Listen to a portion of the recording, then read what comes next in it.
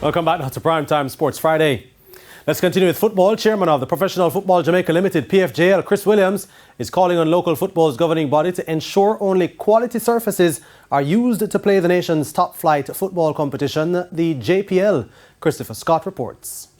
The chorus of calls for better playing surfaces in Jamaica is getting louder.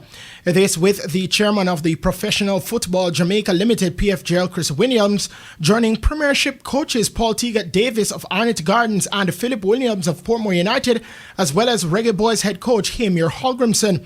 A few days after Holgrimson said the pitches made life difficult for the local players to display their skills, Williams says he has shared the same sentiment over the years, but it has always fallen on deaf ears.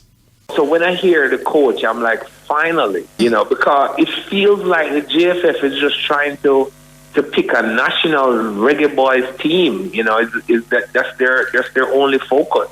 I mean, we need a plan to develop football, and I'm only exposed to the professional level, and I'm saying the professional level can't play on these surfaces. It's impossible.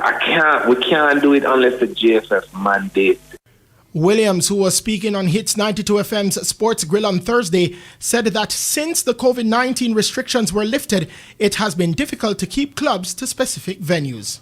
The clubs wanted to bring the games back to their homes, and the challenges with the pitches grew. And so I can't mandate that. That has to be something mandated by JFF, that only these 4 or 5 fields are used. Now, if we pick those 4 or 5 fields, we can fly up to Florida, grab a guy and bring him down, put him on the ground for 6 months, and have him build out these 4 or 5 fields, lock them up, and only allow somebody to touch them, if it's a match day. One can only hope that the top brass of the JFF take the required steps to ensure the main football surfaces across the island are improved.